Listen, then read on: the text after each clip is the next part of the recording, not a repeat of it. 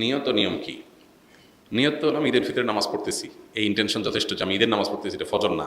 ঈদের নামাজ পড়তেছি, এটা নর্মাল এরশাক না। ঈদের নামাজ পড়তেছি, এটা জোহর না। এই যে পার্থক্য আছে, এই নিয়ত আছে, এটুকুই যথেষ্ট আপনার। এটাই হলো নিয়ত মূলত।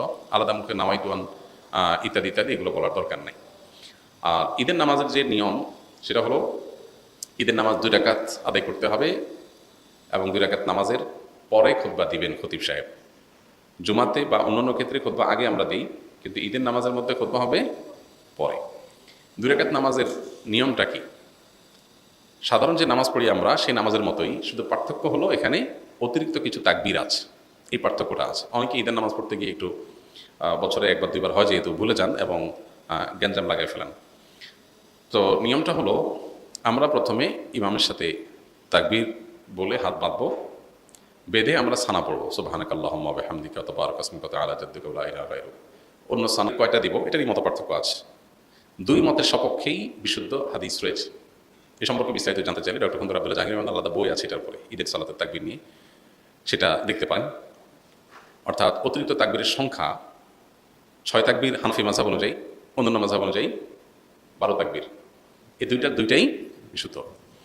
তো অতিরিক্ত যে তাকবীর, সানা পড়ার পর ইমাম সাহেব দিবেন, আমরা সাথে সাথে বলবো আল্লাহু আকবার, আল্লাহু আকবার, আল্লাহু আকবার। 3টা তাকবীর হতো, প্রথম 2টাতে হাত ছেড়ে দিবেন, তৃতীয় তাকবীরের পরে হাত বেঁধে ফেলবেন।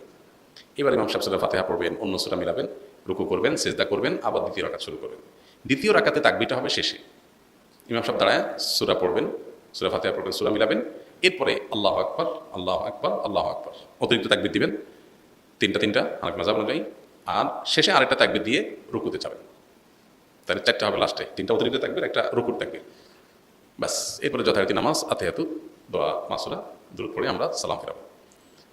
এ হলো নামাজ। তাহলে শুধুমাত্র অতিরিক্ত তাকবীরগুলো প্রথম রাকাতে সানা পড়ার পরে, সূরা ফাতিহার আগে, আর দ্বিতীয় রাকাতে অতিরিক্ত তাকবীরগুলো হবে রুকুতে যাওয়ার আগে, সূরা ফাতিহা সূরা মিলানোর পরে। তাকবীরগুলো মুখে বলবো, বলার সময় হাত উত্তোলন করে আবার হাত ছেড়ে দেবো, বাস। এই ছাড়া আর কোনো পার্থক্য নেই। ঈদের নামাজের পরে ইমাম সাহেব খুতবা দিবেন, তখন মনোযোগের সাথে খুতবা শ্রবণ করতে হবে। অনেকে আছেন ঈদের নামাজ পড়ে খুতবা শোনা ছাড়া চলে যান, খুবই গর্হিত কাজ, খুতবা শুনতেই হবে। সো ঈদের নামাজের গুরুত্বপূর্ণ অংশ খুতবা শোনা, খুতবা শোনা ছাড়া যাওয়া জায়েজ নাই। অবশ্যই আপনাকে ঈদের নামাজের পরে খুতবা শুনে তারপরে যেতে হবে। ঈদুল ফিতরের সুন্নাহসমূহ কী কী? ঈদুল ফিতরের সুন্নাহসমূহের মধ্যে থেকে সব কিছুর আগে যে সুন্নার নাম চলে আসে সেটা হলো তাকবীর পাঠ করা, আল্লাহু আকবার, আল্লাহু আকবার, লা ইলাহা ইল্লাল্লাহু, আল্লাহু আকবার, আল্লাহু আকবার, ওয়া লিল্লাহিল হামদ। এই তাকবীরটার পাঠ শুরু হবে কখন? ঈদের চাঁদ দেখা যাওয়ার পর।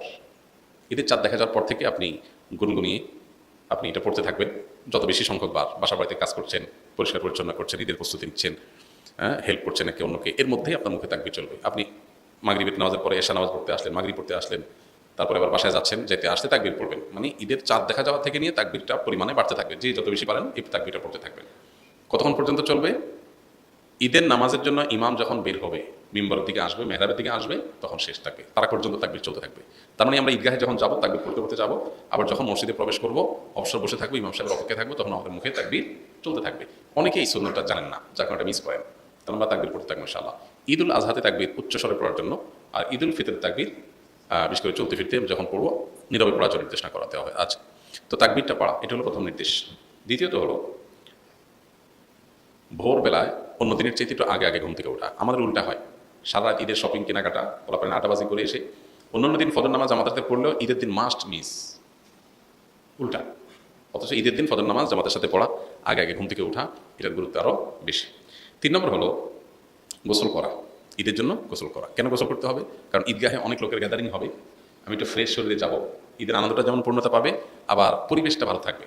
যে আপনার গায়ে ঘামের গন্ধ, আপনার অপরিচ্ছন্নতা থাকলে অন্য লোকের কষ্ট হতে পারে, সবাই একসাথে থাকবে যেহেতু, যাতে পরিবেশ ভালো থাকে। এরপরে আরেকটা সুন্নাত হলো ঈদের দিন আমরা যার যা পোশাক আছে এর মধ্যে উত্তম পোশাকটা পরবো। এখানে একটা ভুল কথা প্রচলিত আছে, নতুন পোশাক পরতে হবে। ঈদের দিন নতুন পোশাক পরা সুন্নত না। সুন্নত হলো কোনটা? যেগুলো আছে আপনার এর মধ্যে তুলনামূলক ভালোটা পরবেন, সুন্দরটা পরবেন। ঈদ সুন্নাত ইয়া ছাড়া, নতুন কাপড় ছাড়া ঈদ হবেই না, এই কনসেপ্ট আমাদের মধ্যে ঢুকছে ভুলভাবে। এটা শরিয়ার কনসেপ্ট না। নতুন পোশাক ঈদের জন্য জরুরি না। সাহাবীরা বছরে প্রতি বছর একটা করে জামা কিনতে পারতেন না, 2-4 জোড়া জামা দিয়ে জীবন পার করে দিতেন সেই 1450 বছর আগের মানুষ। এই জন্য ঈদের দিন যার যা পোশাক আছে এটার মধ্যে উত্তম পোশাকটা পরবো। আরেকটা সুন্নত হলো মেসওয়াক করা। এটাও এই জন্য যে আমরা অনেক গ্যাদারিংয়ের মধ্যে যাবো, ঈদগাহে সব মানুষের সাথে মিশবো, যাতে মুখে দুর্গন্ধ না হয়, পরিবেশ নষ্ট না হয়, অন্যের কষ্ট না হয়, সেজন্য। আরেকটা সুন্নত হলো সুগন্ধি মাখা ঈদের দিন। আরেকটা সুন্নত হলো ঈদগাহে যাওয়ার আগে ঈদুল ফিতরে কিছু খেয়ে তারপর যাওয়া, ঈদুল আজহাতে না খেয়ে যাওয়া।